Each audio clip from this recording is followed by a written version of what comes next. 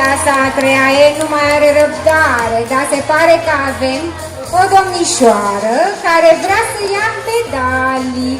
Așa e? Vrei și tu o medalie?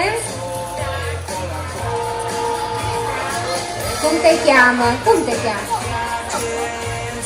Sofie, vrei și tu medalie de aur? Ia uite-te, ia uite-te. Toți copiii au medalie de aur, de argint și de bronz. Bravo!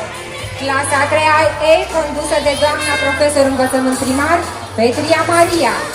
Elevi 26, dintre care foarte bine Adrian Ruxandra, Badea Irina, Bobariu Matei, Bratu Mara, Caronfirescu Matei, Chepa Darius, Chira Maria, Dina Filip, Dinu Mădălina, Drăghiș Bianca, Feodorov Andrei, Gavra Bogdan, Negrilă Andreea, Rascu Paul, Ristea Andrada. Râșcu, îmi pare rău, dar eu am învățat să citesc cu semne diacritice. Roșu Alexia, Sofron Maximus, Sorocianu Ruxandra, Subașu Maria, Suditu Darius, Popescu Alexe.